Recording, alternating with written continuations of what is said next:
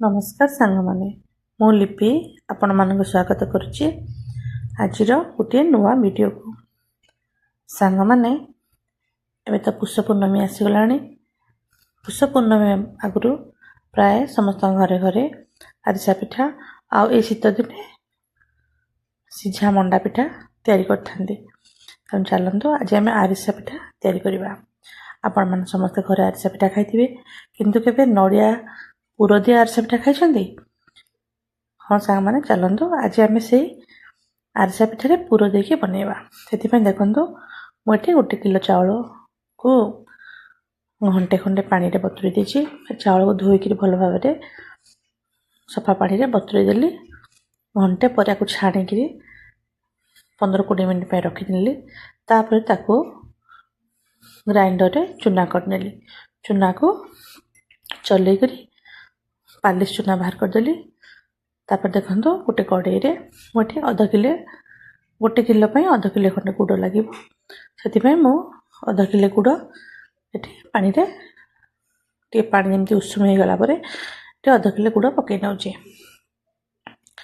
गुड़ सब मेल्ट हो गले आम आरिसार पाग तैयारी करवा देखो बर्तमान गुड़ मेल्ट हो सारे आउ आरिसार पाग हो आसलानी एमती गोटे गिनारे पानी पकईकि आपण मैंने टेस्ट करेंगे देखिए जदि से हाथ में एमती चॉकलेट भाया बिंडा बिंडा हो जापर आपड़ ए चूना पकईवा स्टार्ट करेंगे छुआ दिने यो आरिसा तैयारी कला बेले गिनारे पानी पड़ले सेटा को खायापी बहुत भल लगे आरिसा पिठा हम माने सेटा समस्त छुआ मान बहुत पसंद देखु एबे मु धीरे धीरे चूना पकई करी गोलुची गैस रो फ्लेम को आप स्लो रखिथिबे एभली सब चूना धीरे धीरे पकई मिसई नेबे नहले तार बिंडा हो गले बा गेटा रही गले पिठा भल होन थाए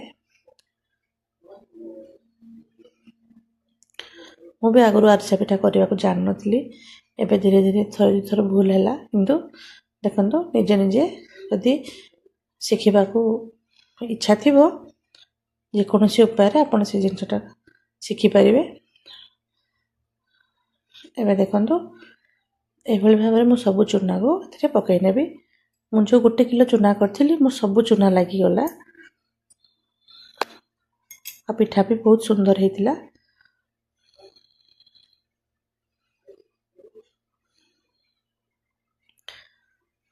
आपण मैंने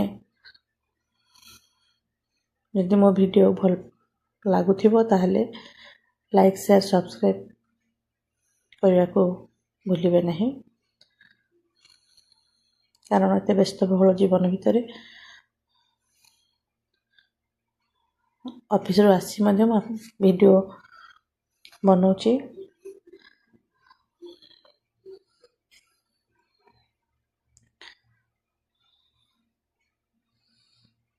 देखो ये भाव में मु सब चूना ए गोटे किलो जो चूना कर रखी सब चूना को देनेबी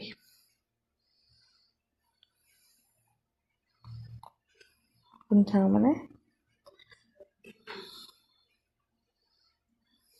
वर्तमान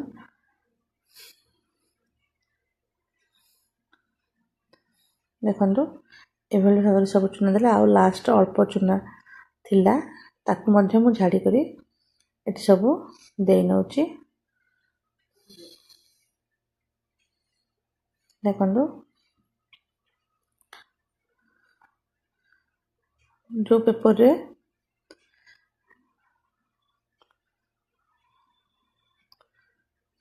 चूना चलई थी से पेपर सब झाड़ी की देदेली माने आपण अनुमान करंतु अध किलो गुड़ रे पूरा गोटे किलो चाउल चूना लगुचे हाँ गोटे कथा मन रखिथे चाउल गुंड कला अध घंटा भितर आपण पिठा तैयारी करेंगे चाउल सुखी गले आउ पिठा भल होता है तापर मुझे थाली रे किछि तेल ଲଗେଇକିରି ରଖୁଛି। ଏଇ ଥାଳିରେ ବର୍ତ୍ତମାନ ଯେଉଁ ପିଠା ଆମେ ଯନ୍ତଣୀଟାକୁ ଢାଳି ନେବା। ତେଲ ଦେଲେ ତଳେ ପିଠାଟି ଆଉ ଲାଗିନଥାଏ, ଭଲ ଭାବରେ ଛାଡ଼ିଥାଏ। ଦେଖନ୍ତୁ ମୁଁ ଏଠି ସବୁ ପିଠାର ଯନ୍ତଣୀ ଏଠି ଆମର କଡ଼େଇରୁ ପୋଛିକି ମଧ୍ୟ ସବୁ ଲଗାଇ ନେବି। ତାପରେ ଆମେ ସେପଟେ ତେଲ କଡ଼େଇ ବସାଇବା।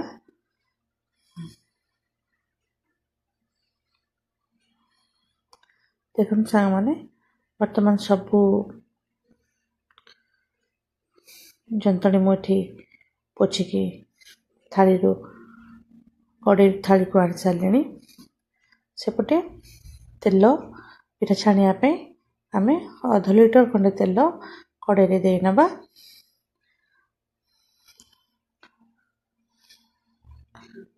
ତେଲ ଦେଇ ସାରିଲା ପରେ ଆମେ ତେଲ ତାତିବା ପାଇଁ ଗ୍ୟାସ୍ର ଫ୍ଲେମ୍କୁ ଟିକେ ହାଇ କରିନେବା। ତାପରେ ପୁଣି ଆମେ ନର୍ମାଲ ଟେମ୍ପରେଚର୍ ବା ଯେମିତି ଛାଣିବା ପାଇଁ ଦରକାର ସେଇଭଳି ଟେମ୍ପରେଚର୍ରେ ଧୀରେ ଧୀରେ ପିଠାଟି ଛାଣିବା।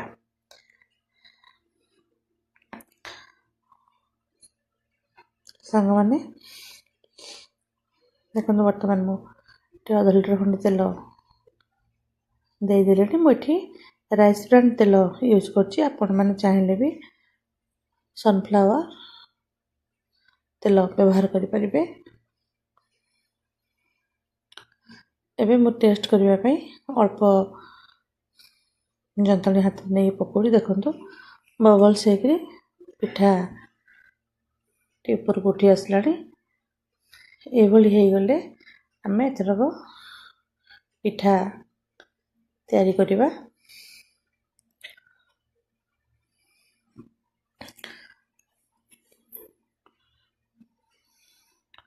ସାଙ୍ଗମାନେ ଦେଖନ୍ତୁ, ମୁଁ ବର୍ତ୍ତମାନ ହାତରେ କିଛି ଯନ୍ତଣୀ ଆଣୁଛି।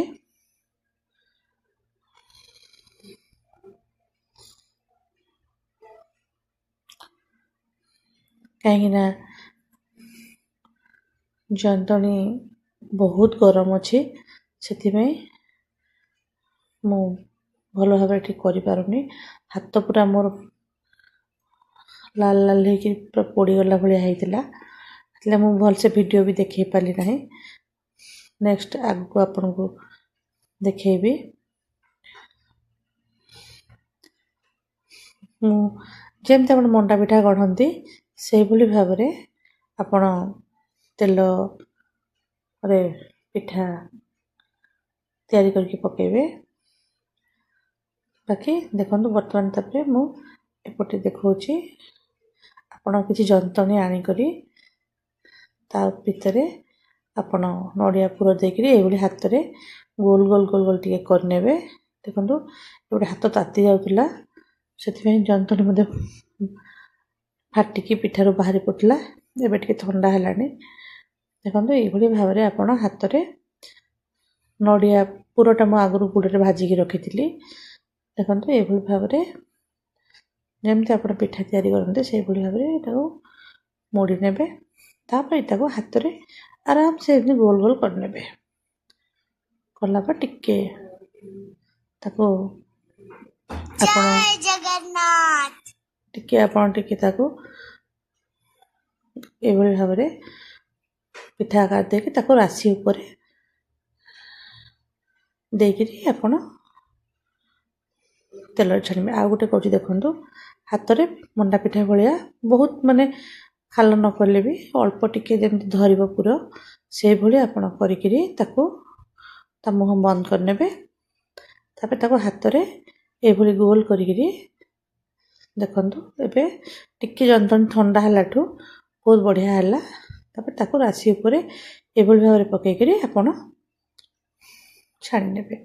ଯେଉଁଠି ଫାଟି ଯାଉଥିବ ଟିକେ ସେଥିରେ ଟିକେ ହାତ ମାରିଦେଲେ ଅଟୋମେଟିକ୍ ରହିଯିବ, କିଛି ଅସୁବିଧା ନାହିଁ। ଏବେ ଦେଖନ୍ତୁ, ତାକୁ ଆପଣ ତେଲ ବେଶୀ ତାତି ନଥିବ ଏଭଳି ଭାବରେ ପକାଇ ନେବେ। ଦେଖନ୍ତୁ ମୋ ପିଠା ଗୁଡ଼ିକ बहुत सुंदर भाव में हो सारे।